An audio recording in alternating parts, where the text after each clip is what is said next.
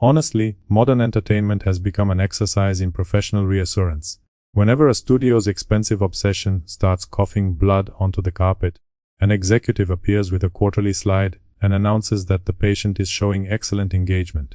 Sony has now performed that ritual for Marathon. According to its financial presentation, Season 2 maintained high user retention and attracted new users. Lovely, encouraging, inspiring even. Meanwhile, the August 2nd Steam snapshot showed roughly 2,600 players online, with a 24-hour peak above 6,000. Apparently, a thriving interstellar extraction war now contains fewer people than a furniture sale. More importantly, this is not merely another multiplayer game losing momentum after launch. Acquisition terms set Bungie's total consideration at $3.6 billion because it supposedly understood live service games. Later, Sony recorded 120.1 billion yen in impairment losses against Bungie's intangible and other assets. Destiny 2 moved toward maintenance, staff were cut, and Marathon became the machine expected to justify the strategy.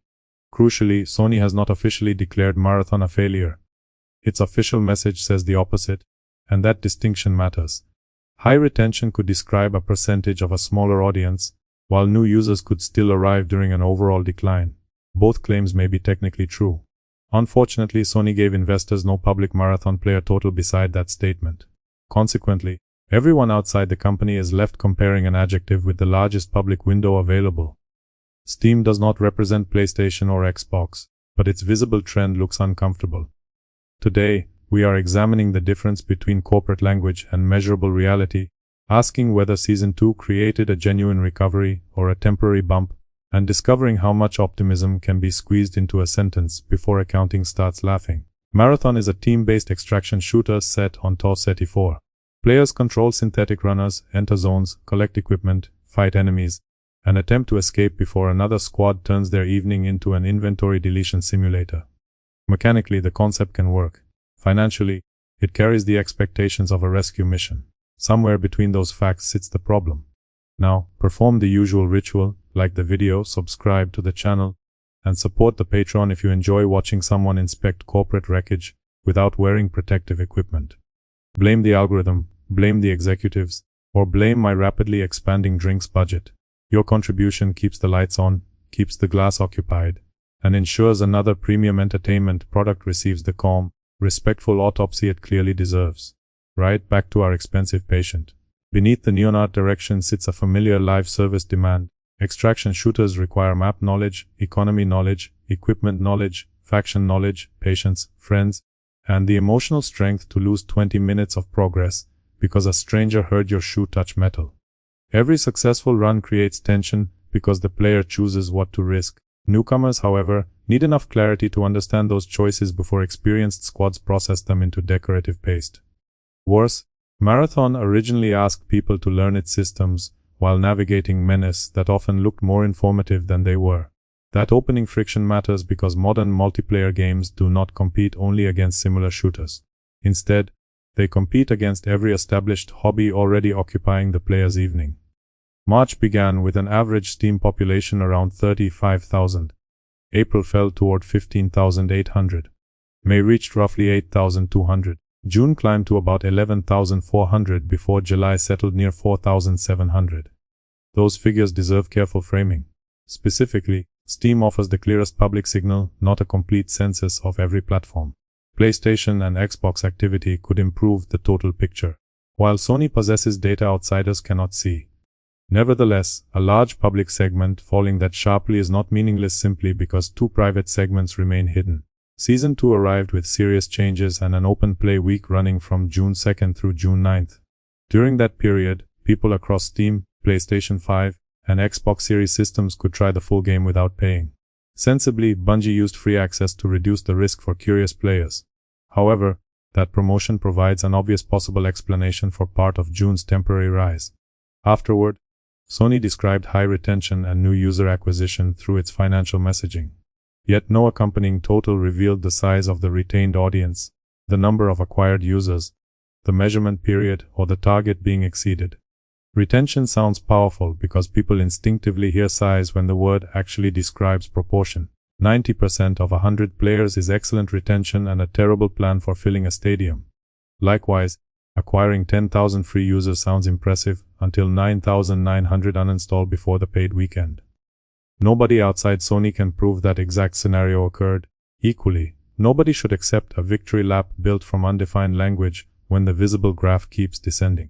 Alinea Analytics estimated in March that Marathon had sold around 1.2 million copies and generated roughly $55 million in gross game sales revenue before microtransactions. Almost 70% of those estimated sales came through Steam, while PlayStation 5 represented less than 20%. Importantly, those were third-party estimates published earlier in the game's life, not official totals from Sony. Still, they suggest Marathon's largest commercial audience may have existed on Valve's platform rather than Sony's own console. Bungie deserves credit for responding to complaints. Updates added permanent duos, new player matchmaking, faction reputation changes, improved sponsored kits, better experience rewards, expanded overflow storage interface revisions, performance work, and another playable zone. Developers clearly examined the weak points. Artists also gave Marathon an identity that many competitors lack. Gunplay retains Bungie's familiar precision, environments carry bold visual language, and movement can produce moments of genuine pressure. None of that solves the scale problem. Live service recovery does not award marks for effort. Audiences return when a game becomes easier to understand, more rewarding to inhabit, and socially expensive to abandon. Patch notes can repair systems, but they cannot force old friends to reinstall together or convince newcomers that a shrinking community is worth studying. Thus, Marathon occupies an unpleasant middle ground. Too complex for casual drop-in entertainment, too expensive to behave like a small cult game, and too strategically important to admit modest expectations. It must serve enthusiasts while satisfying executives who purchased Bungie for repeatable growth. Leadership wanted Bungie's expertise precisely because Destiny had achieved that attachment. Then Bungie announced that Destiny 2's June 9th update would be its final planned live service content release, with active development concluding while the game remained playable. Soon afterward, workforce reductions affected a significant number of Bungie employees, including most of the Destiny team and some Marathon developers. Officially, the cuts aligned resources with present priorities and long-term goals. Practically, the proven game entered maintenance while the newer gamble inherited expectations, reduced institutional depth, and a very expensive surname. Accounting supplies the hardest punch. Throughout fiscal 2025, Sony recorded 120.1 billion yen in impairment losses against Bungie's intangible and other assets. Put simply, Sony acknowledged that part of what it bought was worth less than previously expected. Notably, that loss should not be attributed entirely to Marathon. Filings did not say Marathon alone caused it, and Bungie's wider performance contributed to the revised valuation. Even so, the impairment demonstrates that this was not merely a disappointing weekend or a few angry forum posts. Money already forced the corporate story to become less imaginative. Nonetheless, recovery requires time, money, staffing, confidence, and honest diagnosis. Cutting experienced teams while praising undefined retention creates the appearance of confidence without demonstrating the resources needed to earn it. Visually, Marathon remains impressive. Sonically, weapons carry weight, impacts communicate danger, and the interface possesses more personality than another gray warehouse full of tactical trousers. Occasionally, a tense extraction produces exactly the paranoid excitement the genre promises. Strong art direction cannot transform a public downward trend into mass market momentum. Ultimately, Marathon fails to justify the scale of expectation placed upon it, at least through the evidence currently visible. This does not make the game worthless, its remaining players foolish, or its developers incompetent. Rather, it exposes the difference between building a good niche shooter and manufacturing the next permanent corporate ecosystem. Fundamentally, Sony purchased Bungie because executives believed live service success could be transferred like software. Buy the expertise, fund the project, launch the seasons, sell the cosmetics, and wait for recurring revenue to emerge from the machine. Human beings ruin that elegant plan by having taste. Corporate thinking repeatedly confuses access with affection. A free week can create access. Advertising can create awareness. Discounts can create sampling. Only trust, habit, enjoyment, and social attachment create durability. Trial users sampled Marathon. Whether it earned attachment remains the unresolved question. So far, Sony's answer resembles a magician covering an empty hat with a quarterly report. We are told the rabbit has excellent retention, new rabbits are being acquired, and detailed rabbit numbers would distract from the broader strategy. Well, the audience keeps looking inside the hat. Directly publishing platform totals would settle much of the argument. Defining retention would clarify whether Sony means daily, weekly, seasonal, paid free returning, or merely registered users.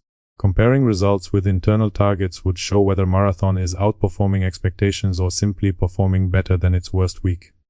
Alternatively, investors and players receive a clean phrase engineered to be quoted without providing enough substance to be tested. Perhaps that phrase is fully justified by private data.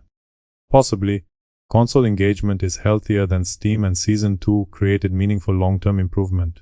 Such possibilities should remain open because responsible criticism distinguishes suspicion from proof. Conversely, responsible audiences should distinguish positive wording from demonstrated success. No official statement confirms Marathon is failing. Neither does any public evidence establish a healthy blockbuster-scale recovery. What exists is a gap, soft reassurance on one side, hard visible decline on the other, and billions of dollars of corporate ambition suspended between them. There lies the real villain.